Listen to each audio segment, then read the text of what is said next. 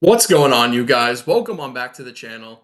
Now, it's been a little bit since we talked about My Hero Academia over here, but with Season 8 rapidly approaching at this point, I thought now would be the best time to come on here and talk about the one decision that I need My Hero Academia to make in order for this final season to be the success that I know it can be.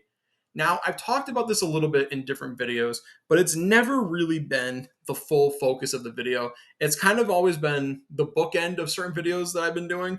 But the one thing that I really need this season to do is I need it to be the definitive version of all of My Hero Academia. Now, the reason why I say this is because if you've been following My Hero Academia for a little bit now, you know that the ending has kind of been spread out in a lot of different ways. Like you had the final volume that introduced the final pages, and then you had the art book that had a little bit more stuff in there that included a whole different ending. But my whole thing is I really want this season to be what I've been saying is I want it to be the one-stop shop for My Hero Academia as a whole. I don't want it to be where you have to go to this volume, to this art book to get the definitive My Hero Academia ending experience. I want them to incorporate it into the final season. Now, if you only followed the manga version when this was coming out and you didn't follow anything from My Hero Academia after that, like you kind of got like if you just cut it off cold turkey and never went back to My Hero, you missed a lot. Like if you were just a manga only, you saw Deku become a teacher, you saw Deku get his suit, and then he jumped out with his friends to go stop crime. And then he looked back and saw Shigaraki and he kind of let go of that part of himself. That's where My Hero Academia season 8 is going to end for a lot of you guys. Like if you just experienced the manga. But after that ending, Horikoshi kind of did something that I didn't really expect him to do. And that is he's been implementing different strategies in order to expand on the ending as a whole. Perfect example, he put Deku and Uraraka's relationship culmination into the final volume. And I thought that was actually good because in the final chapter, you don't really get much for them as characters. But in these final pages that he put out, he did so much in these final pages, not even just for Deku and Uraraka, but for so many different characters that were in the story that didn't really get proper conclusions. He gave them proper conclusions in those final pages. Like you got everything with Todoroki, you got everything with Bakugo, and you got everything with Ida. Every character that you could think of that needed a good resolution, he at least gave them something to work with. And that's what I liked about it. But the best part about it was the culmination, like I said, of Deku and Uraraka's relationship, where it had been building for so long. And I wondered whether he was going to pull the trigger on it or not. Because he didn't really do it in the final chapter, but he did it in the final volume, in those final pages. And that is what I view as the definitive ending of My Hero Academia, at least at that point.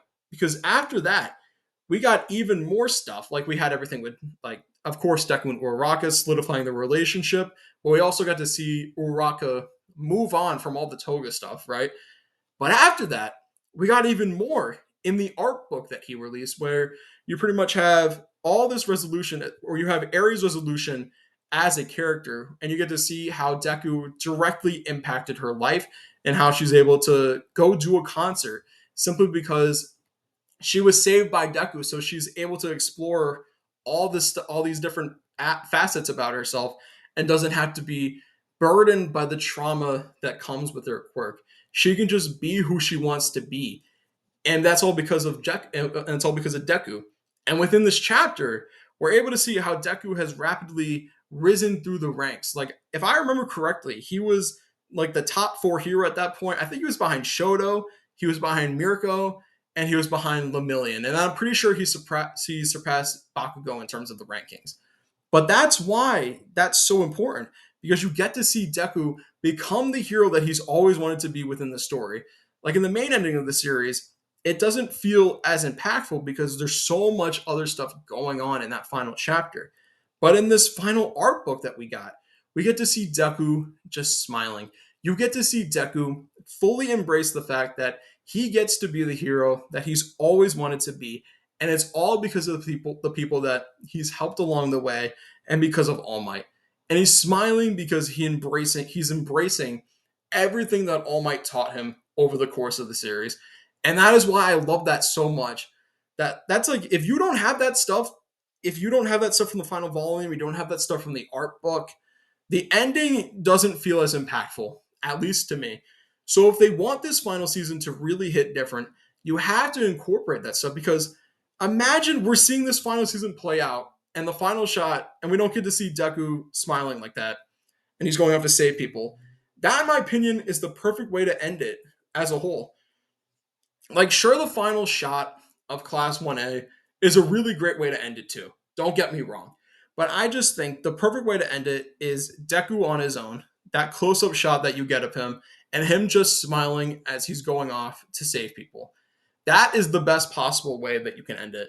And it wouldn't be possible if they don't incorporate the supplemental material that Horikoshi did after the ending to the anime, or to the series. So that's why I think the anime essentially is going to be the one-stop shop for My Hero Academia. There's simply too much content left on the table for them to not do this. Like, if they don't incorporate it into the final season, I would actually be disappointed, and I would think that's a net negative for the series, because that's some good stuff that they just wouldn't be adapting if they chose not to do it. And I personally hope they don't go that route, but I do think they're going to, like I said, implement that into the story, just because there's so much for the characters at that point. Because, so like, you simply just can't adapt it. And if you don't adapt it, people are just gonna wonder why you didn't, because that's so much material and content left on the cutting room floor. So, like I said, this season is going to be, they have to make it the definitive version of My Hero Academia's ending. And to do that, like I said, all that supplemental material needs to be incorporated in order to make this the best possible experience for the fans, because at the end of the day, that's what the fans deserve. They deserve your best, especially for a final season. And I have full faith that they're going to be implementing this stuff, because, like I said, I just think it would be weird if they didn't incorporate all this stuff into the final season, because that's, like I said, so much material left on the cutting room floor. But let me know what you guys think. How do you guys feel about all this stuff? Do you guys think they're going to be incorporating a lot of this supplemental material into the final season and helping make it the definitive version of My Hero Academia?